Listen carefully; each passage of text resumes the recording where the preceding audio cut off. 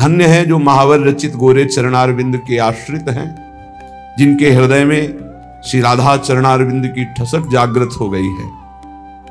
भगवत रसिक जी कहते हैं, ये चरणारविंद प्रियतम लाल जो अपने हृदय में छुपा के रखते हैं, जिस पर विशेष प्रसन्न होते हैं, तो ललीजू के चरणारविंद की प्रीति प्रदान करते हैं। लाल रंगीलो गाइए, ताते प्रीति रंगीली पाइए। श्री कृष्ण जिस पर अत्यंत प्रसन्न होते हैं, वो अपने हृदय गुफा में जिन चरणों को छुपा के रखते हैं, वो श्री किशोरी जू के, श्यामा जू के चरणारविंद हैं। श्री श्यामा जू के चरणन की बलिहारी, जे हैं बसत किशोर लाल के प्राणन मध्य सदारी। ऐसे परम धन राधा चरणारविंद की प्रीति प्रदान करते हैं श्री कृष्णचंद्र जू। श्री भगवत रसिक जी कहते हैं, इन चरणों को देखकर लालजू का हृदय खिल जाता है। जैसे सूर्य का दर्शन पाते ही कमल खिल जाता है, ऐसे ही प्यारी जू के चरणों का दर्शन लालजू के हृदय कमल को खिला देता है। मोहन मानस कंज कली के, मंजुल मृदुल मनोहर सुख निधि, सुभग श्रृंगार निकुंज गली के। मंजुल बहुत सुंदर है, मृदुल बहुत कोमल है, मनोहर एक बार स्फुरित हो जाए तो मन को पंगु कर देते हैं, मन का हरण कर लेते हैं। सुख निधि समस्त आनंद प्रदान करने वाले हैं, समस्त आनंद, शांत भाव, दास्य भाव, सख्य भाव, वात्सल्य भाव, कांता भाव, सहचरी भाव, सब भगवद रस प्रदान करने की सामर्थ्य इन गोरे चरणारविंद में है। सुख निधि सुभग श्रृंगार निकुंज गली के, ये चरणारविंद का साक्षात्कार वृंदावन की कुंज वीथियों में होता है।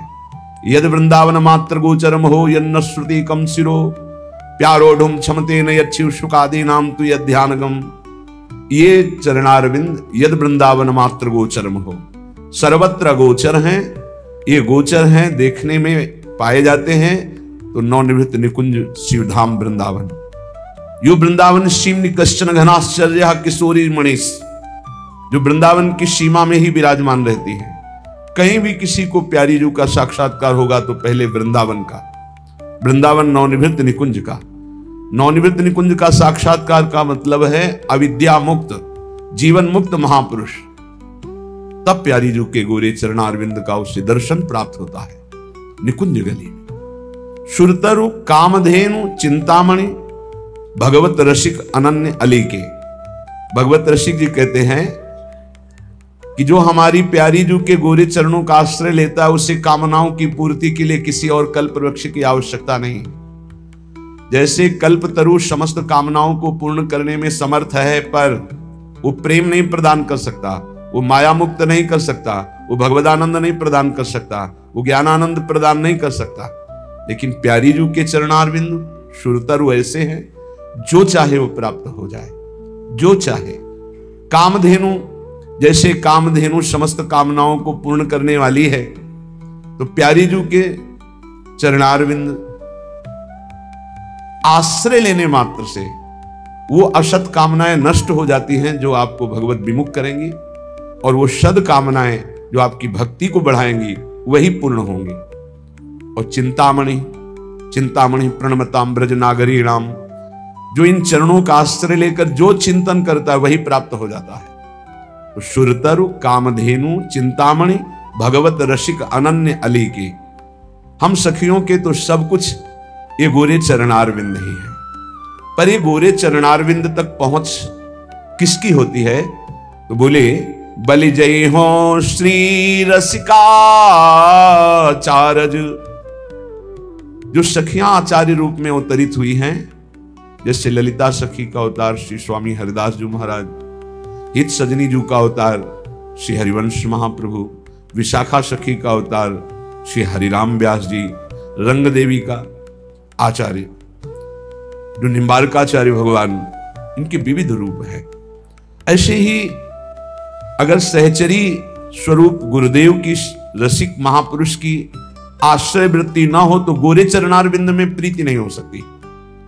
इसलिए भगवत रसिक जी कहते हैं, बलि जाऊं रसिकाचार्य की। ये जो रस प्रदान करने वाले परम रसिक शेखर आचार्य रूप में सखियां प्रकट हुई, बलिहारी है इनके चरणारविंद की कि हमें ऐसे सुरतर कामधेनु चिंतामणि स्वरूप गोरे चरणारविंद का आश्रय दे दिया।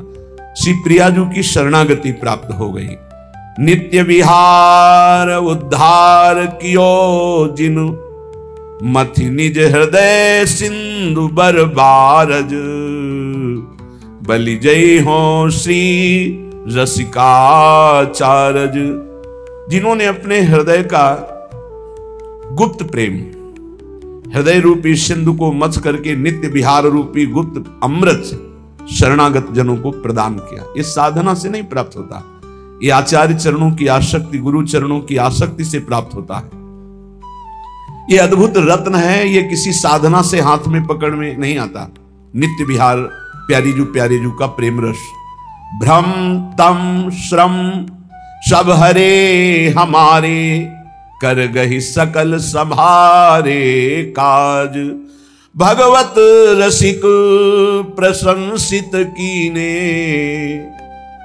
श्यामा श्याम सहायक आरज। बलि जय हो श्री रसिकाचारज। बलि जय हो श्री रसिकाचारज। ये सखियां जो रसिक आचार्य रूप में अवतरित हुई, इनकी बलिहारी है। ये अपने हृदय के प्रेमामृत सिंधु का सार नित्य विहार रस अपने शरणागतों के हृदय में स्फुरित करते हैं। ये किसी अन्य साधना से हाथ में आने वाला रतन नहीं है। नित्य विहार ये आचार्य कृपा, गुरु कृपा से प्राप्त होता है। भ्रम, जो माया भ्रमित करके हमें भोगों में फंसाई थी। तम, जो अविद्या मुझे देहाभिमान से युक्त करके स्वरूप का बोध होने ही नहीं दे रही थी। श्रम, जो नाना प्रकार की सुख साधन सामग्री एकत्रित करने में जीवन के जीवन लगा दिए, ये सब आचार्य की कृपा कटाक्ष से नष्ट हो गए। भ्रम, तम, श्रम सब हरे हमारे। आचार्य में प्रीति बड़े भाग्यशाली की होती है। इष्ट में प्रीति होना तो पाया गया, लेकिन आचार्य गुरु में पूर्ण समर्पण ये तो किसी बिरले में होता है। ऐसी बिरले के अधीन हो जाते हैं प्रियालाल जो आचार्य गुरु के। बड़ी कठिन बात है आचार्य गुरु के अधीन होना। आचार्य गुरु की अधीनता होती है अनन्यता। जैसे सेवक जी महाराज कह रहे, श्री हरिवंश तजो भजो और ही तो मुझे श्री हरिवंश दुहाई। हरिवंश की कसम खा के कहता हूं, मन क्रम वचन त्रिशुद्ध सकल मत हम श्री हित हरिवंश उपासी। मन से, वचन से, कर्म से पूर्ण अपने आचार्य की शरण, इष्ट के आश्रित, इष्ट चिंतन, बस और कुछ नहीं। ये बहुत बड़े सेवक की सर्व को करें। मान सरोवर हम मन बच गए एक व्रत गायो श्री हरिवंश। वंश बिना हरिनाम हु लियो न जाकी टेक। पावे सोई वस्तु को जाके है व्रत एक। कोई बिरला ऐसा होता है जो आचार्य ठसक में रहता है, जो गुरु चरणारविंद की प्रीति में स्वर्ग नरक अपवर्ग किसी की कोई ना आस न कोई त्रास। बस कैसे हमारे गुरुदेव प्रसन्न रहे, कैसे आचार्य देव की कृपा प्राप्त हो। बस आज जो पाखंड और दंभ का बहुत प्रभाव है, हर अंतःकरण में अपना प्रभाव डाल रहा है, उसका कारण है आचार्य गुरु के चरणों की प्रीति ना होना। नहीं, दंभ पाखंड की कहीं कोई गुंजाइश ही नहीं कि प्रवेश कर सके। मन प्राण बुद्धि चित्त सब आचार्य घसीट लेते हैं इष्ट लीला में। आचार्य चरणों में, गुरु चरणों में अनन्यता बड़े पवित्र हृदय वालों की होती है। भ्रम तम श्रम सब हरे हमारे, ये सब नष्ट हो जाएंगे।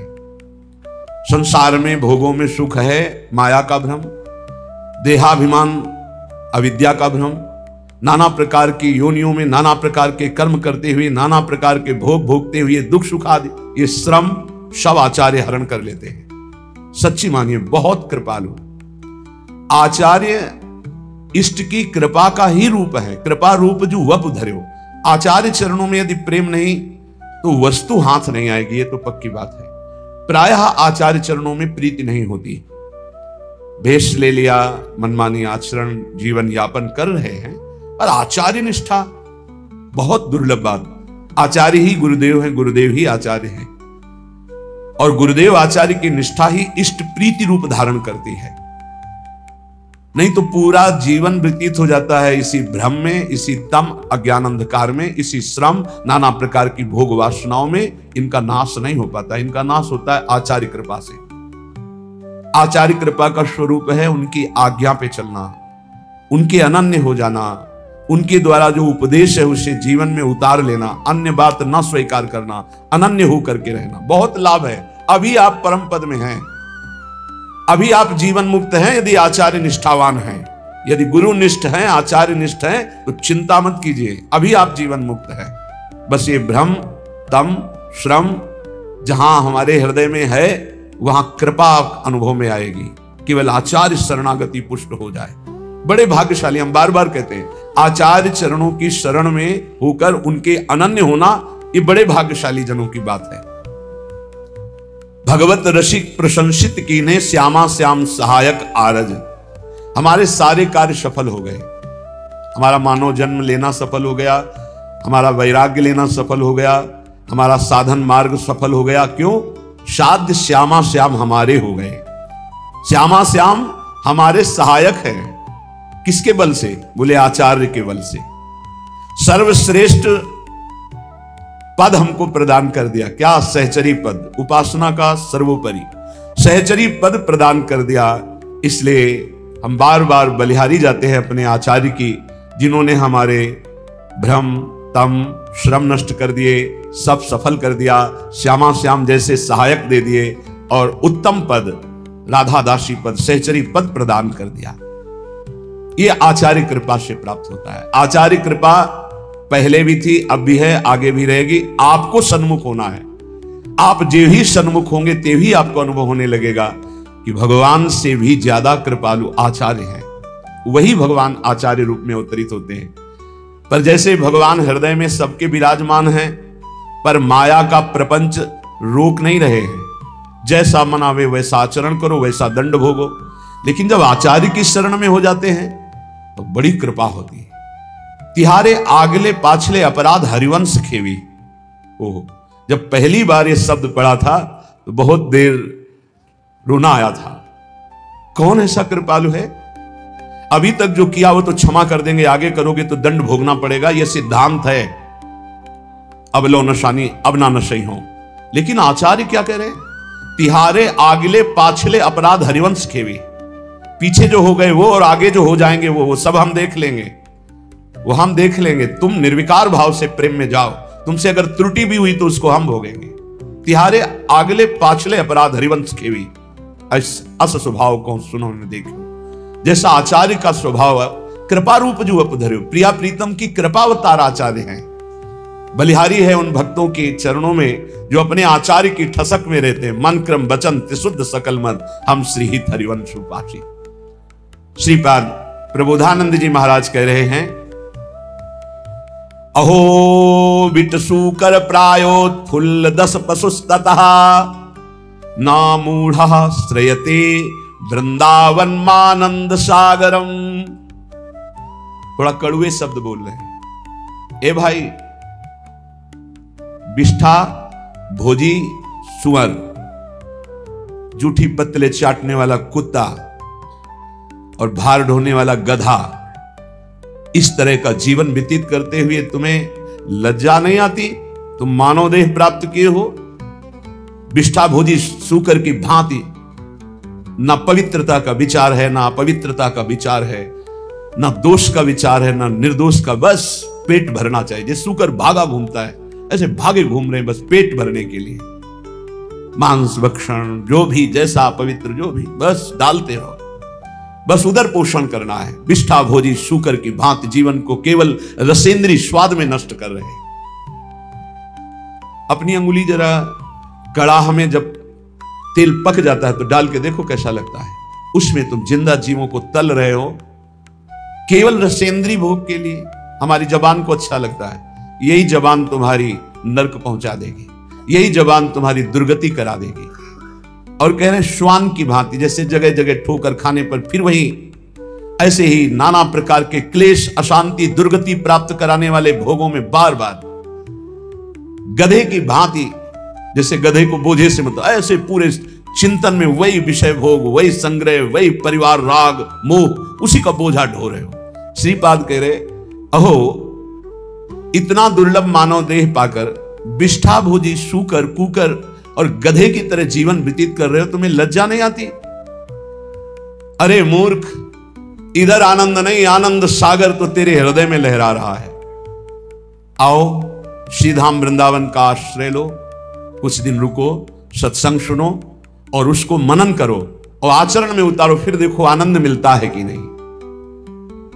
श्रीपाद कह रहे, सोच्या सोच्याति सोच्यो हम महामूढ़ाति मूढ़धी हठात सर्वम परित्यज्य यन्न वृंदावनम श्रेय। सोचनी, महासोचनी, महासोचनी, तेरा जो समय व्यर्थ जा रहा है, महासोचनी, बड़ा कीमती समय है। सत्संग बैठकर सुनो, चेतना पूर्वक नाम जप करो, बहुत कमाई करके यहां से नाम की चले जाओ, मुक्त हो जाओगे। अनंत जन्मों के पापों का हिसाब जमा है, अनंत जन्मों के। आप सोचते हो कि 2-4 माला जप करके हम पापों को नष्ट कर देंगे।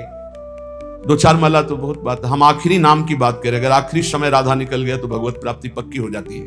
इसलिए निरंतर हम नाम जप करें, कौन श्वास आखिरी हो जाएगी। आपका शरीर स्वस्थ है तो आप मौज मस्ती काट रहे हो, लेकिन होश में रिपोर्ट आने वाली है। कर्म कोई ना कोई रूप रख करके आने वाला है, बहुत सावधानी की जरूरत है। सबको समझाते हैं अध्यात्म से बुद्धि को पवित्र कर लो, नहीं सर्वनाश कर देगी। बिना भगवान की तब लगी कुशल न जीव कहूं सपने हो मन विश्राम, जब लगी भजत न राम कहूं शोक धाम तज काम। जब तक वो भगवान का भजन नहीं करता तब तक कभी शांति नहीं मिलती। ये बुद्धि रूपी सारथी को यदि ईस भजन सारथी सुजान मान लो, नाम जप नहीं करोगे, कुछ भी कर लो, कुछ भी, विश्राम नहीं, शांति नहीं, एक एक कर्म का भारी भारी दंड मिलता है। प्रार्थना है, श्रीपाद करे, सोच्यो सोच्याति सोच्यो हम, ये है सोचनी, सोचनी, महासोचनी। एक बार भी भगवान का नाम नहीं लिया और साहब जीवन को नष्ट कर दिया। अय मूर्ख, महापुरुषों के वचन चुभते हैं। अय मूर्ख, अय महामूर्ख, अब भी तू सावधान हो जा। जिसके कानों में शब्द पड़ रहे हो, अब भी सावधान हो जा। छोड़ दे ये नशा, छोड़ दे दूसरे जीवों की हत्या करके मांस खाना, छोड़ दे पराई माता बहनों के प्रति पाप दृष्टि रखना, नहीं यही तेरा सर्वनाश कर देगी। बार बार प्रार्थना करते, बोले मदिरा पीने में किसी की हिंसा तो होती नहीं, हत्या, अरे बुद्धि भ्रष्ट होती है। क्या क्या अपराध कर सकता है मदिरा पीने वाला, उसको होश नहीं रहता। जो बुद्धि भ्रष्ट हो गई तो वही तो सब हो रहा है। जो शास्त्र कह रहे हैं एक अक्षर कहीं झूठे नहीं है। प्यारे भजन नहीं करते, इसलिए तुम्हें शास्त्र की बात समझ में नहीं आती। एक एक शब्द शास्त्र के सच्चिदानंद भगवान के भाव में डूबे हुए महापुरुषों ने लिखा है, जो परम अनुभवगम सत्य है। कल एक उपासक अपनी मना स्थिति का वर्णन कर रहे थे कि मैं भगवत साक्षात्कार कर चुका हूं आनंद में, अब हमारी ऐसी ऐसी थोड़ी परेशानियां हैं और ये कैसा। तब फिर उनसे कहा कि भाई फिर धोखे में मत रहो। एक बार भगवदानंद की अनुभूति होने के बाद नहीं स्वात्मारामम विषय मृग तृष्णाम भ्रमयति, आत्माराम पुरुष, भगवदानंद को प्राप्त पुरुष, भगवत साक्षात्कार पुरुष के ऊपर कभी किसी भी द्वंद्व का प्रभाव नहीं होता। कहीं पीतल को सोना मत मान लेना, नहीं तो वास्तविक भगवत प्राप्ति से वंचित हो जाओ। आज जिसको देखो, अरे आनंद कोश से आनंद मिल रहा है, अभी आनंद सिंधु में थोड़ी तुमने डुबकी लगाई है। सही ढंग से चलो तो आनंद सिंधु में डूब जाओगे, उन्हीं के अंश हो। श्रीपाद कह रहे, हठात सर्वम परित्यज्य यत्र वृंदावनम श्रेय, जहां वृंदावन विराजमान है, आओ एक बार सत्संग सुनो, थोड़ा बुद्धि शुद्ध करो। क्या बुद्धि तुम्हारी अपवित्र हो गई कि अपने जनों का ही नाश करते हो, अपना ही नाश करते हो। अरे मूर्ख, इतना अमूल्य जीवन मुक्त होने के लिए मिला, उसे बंधन युक्त कर रहे हो। अहो मौढ़्यम अहो दुर्भाग्यमीदृशम महनपि महानंदे यन्न वृंदावने रतः। अहो मूर्खता, महान मूर्खता, महान मूर्खता। जैसे उसमें कहा सोचनी, महासोचनी, महासोचनी, इसमें कह रहे मूर्खता, महान मूर्खता, महान मूर्खता, जो इस संसार में मानव देह प्राप्त करके महाआनंद स्वरूप प्रभु का नाम जप नहीं किया, प्रभु की आराधना नहीं की, कभी धाम यात्रा नहीं की, कभी सत्संग नहीं सुना, भगवत चरणारविंद में प्रेम नहीं हुआ। महान मूर्खता, महान मूर्खता, महान मूर्खता। सांद्रानंद रसे वृंदावने पिनानुरज्यतः किं वा मम करिष्यन्ति ज्ञान भक्ति विरक्तयः। आनंद घन के मूल श्री वृंदावन धाम में यदि रसिकों का संग करके चित्त प्रेम में अनुरक्त नहीं किया तो तुम्हारा ज्ञान प्राप्त करना, तुम्हारा साधन करना, तुम्हारा वैराग्य धारण करना किस काम में आया। शास्त्रों का ज्ञान प्राप्त कर लेना तो उसका फल है कि अज्ञान से निवृत्त हो जाना। अज्ञान किसे कहते हैं? ब्रह्मा से लेकर के तिनके तक सब माया रचित है। सत्य है तो केवल प्रभु, उनका नाम, उनका रूप, उनकी लीला। ये त्रिगुणात्मिका माया का ऐसा जादू तमाशा है कि जिसमें बड़े बड़े फंस जाते हैं। बातें ज्ञान की करते हैं, स्थिति अज्ञान में होती है। भगवान के नाम में असीम सामर्थ्य है। उस नाम में भी हम ये नहीं कह सकते कि जाओ ये अभी काम हो जाएगा। क्यों? क्योंकि तुम्हारे पहले पापों का नाश करेगा। कितने जन्मों के पाप जमा है तुम्हारे, उन पापों का नाश, फिर भी नहीं काम होगा। पाप प्रवृत्ति का नाश करेगा, फिर तुम्हारे हृदय में परम अर्थ स्वरूप भगवान की प्रीति प्रकट करेगा। आप सब काम हो गए। भगवान की प्रीति उत्पन्न होने से अशुभ वासनाएं नष्ट हो जाती है। भगवत भाव में अद्भुत आनंद, ये है काम होना। सांसारिक कोई कार्य शुभ कर्म के प्रताप से हो भी जाए तो कितनी देर टिकेगा। विनाशकारी ये सब काल नष्ट कर देता है। विनाशकारी काल ये सब नष्ट कर देता है। चाहे जितनी उन्नति हो, सब अवनति में बदल जाती है।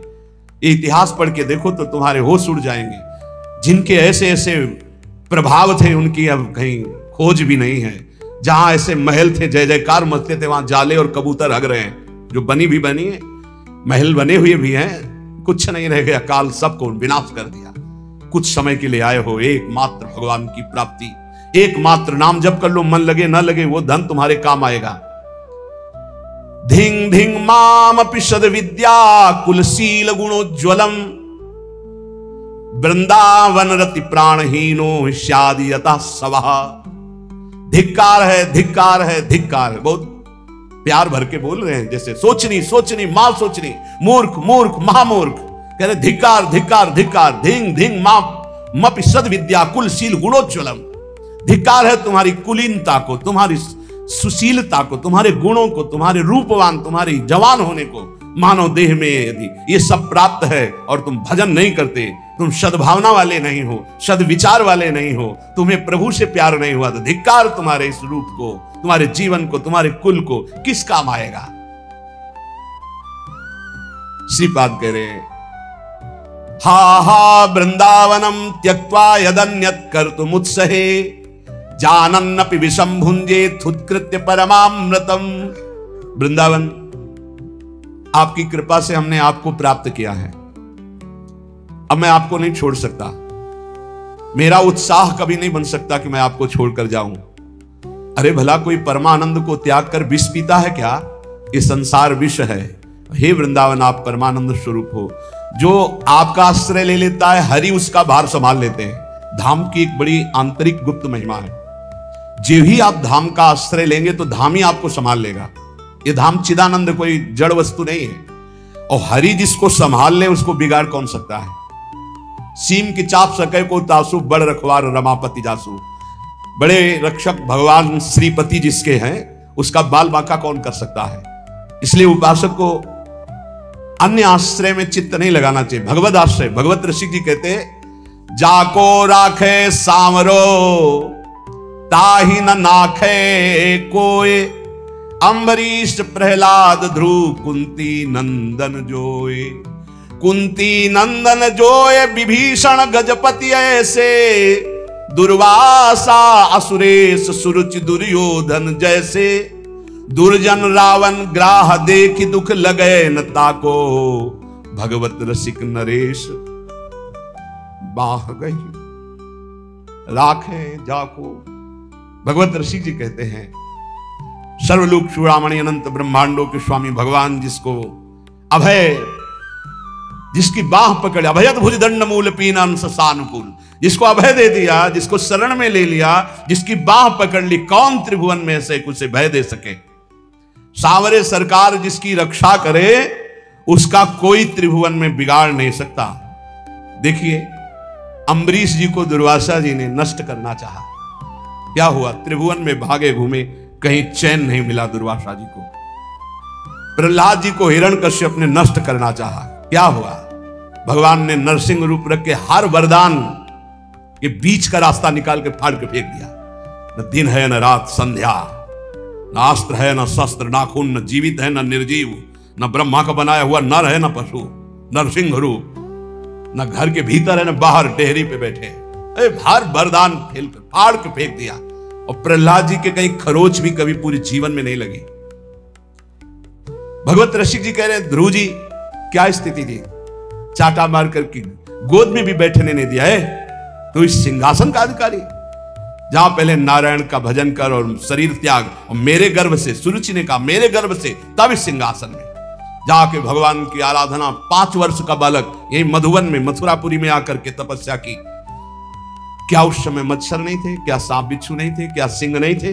कोई परवाह नहीं की, क्योंकि सांवरे सरकार का भरोसा 6 महीने में भगवत साक्षात्कार करके त्रिभुवन में सर्वबंदनीय अटल पदवी प्राप्त करके चले गए। कुंती नंदन 5 पांडवों को बाल्यावस्था से लेकर मारने का प्रयास होता रहा। अंततो गत्वा दुर्योधन का सर्वनाश हो गया, पूरे परिवार का। महाराज युधिष्ठिर चक्रवर्ती सम्राट पद पर बैठे। सांवरे सरकार जिसके पक्ष में, उसका बाल बाका भी नहीं हो सकता, बाल बाका भी नहीं हो सकता। बहुत बड़ी बात है भीष्म प्रतिज्ञा। दुर्योधन ने जब देखा कि 10,000 महारथियों को रोज मारते हो, एक पांडव को खरोच भी नहीं आती, तो कहा भीष्म जी से कि पितामह मैं पहले से जानता था, सेनापति बनाने के पहले से आपको, कि आप हमारी कभी विजय नहीं चाहेंगे, आप पांडवों की ही विजय चाहेंगे, भले हमारे पक्ष से 10,000 महारथियों को मारते तो भी। तो उनका ऐसा नहीं, मैं कोई पक्षपात नहीं कर रहा हूं, वो श्री कृष्ण द्वारा सुरक्षित है। बोले तो आपकी प्रतिज्ञा को कोई टाल सके ऐसा नहीं, आप हमारे सामने प्रण लीजिए कि पांडवों का वध करेंगे। भीष्म जी ने 5 बाण निकाले और कहा अगर कल जीवित रहा तो 5 पांडवों का वध निश्चित करूंगा। भीष्म प्रतिज्ञा। भीष्म जी अपने वचन के पालन के लिए अपने गुरुदेव परशुराम से युद्ध कर दिए, औरों की तो बात जाने दो।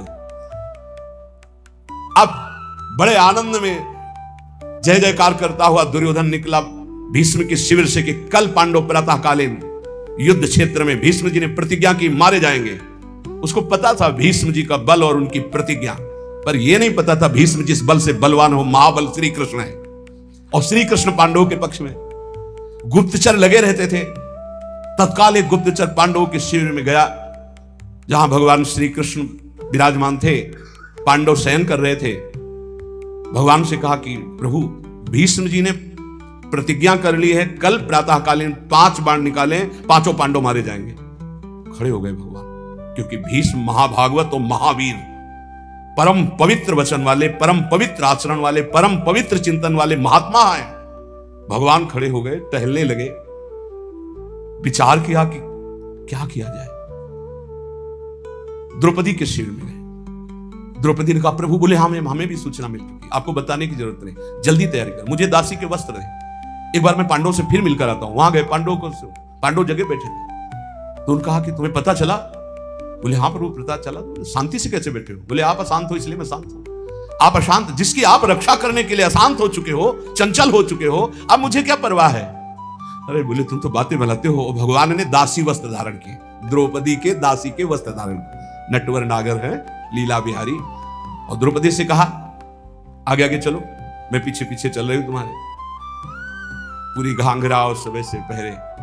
जो इस शिविर के प्रथम द्वार पर गए तो उनका पादुका उतारो, जो दासी का कर्तव्य है, और अपने पीतांबर में अंदर पादुका ली और दरवाजे पे खड़े हो। बोले जाओ, इतना घूंघट रखना, इस समय मैं देख रहा हूं मेरे ध्यान में है, जाके प्रणाम करना, फिर जो होगा आगे का खेल हम संभालते हैं। वो गए, पितामह के चरणों में प्रणाम किया, घूंघट।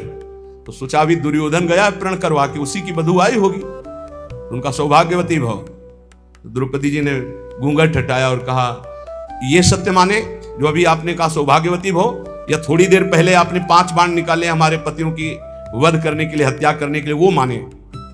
भीष्म जी का माला छूट गया, संध्या के समय भजन कर रहे थे। बोले ऐसा तो फंसाने वाला केवल वही है, दूसरा तो फंसा ही नहीं सकता। अभी अभी थोड़ी देर में ही इतना बड़ा फंसाव कर देना, कहां है वो? कुछ नहीं बोली द्रौपदी जी। खड़े हुए भीष्म जी, दृष्टि डाली तो दरवाजे पे दासी वेश में जगत गुरु सांवरे सरकार खड़े।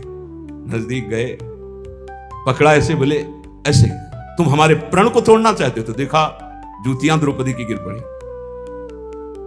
भीष्म जी के आंसू आ गए।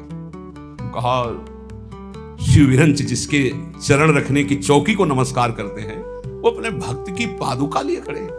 प्रभु, जब आप इनके सुहाग की रक्षा का तो काल की भी ताकत नहीं।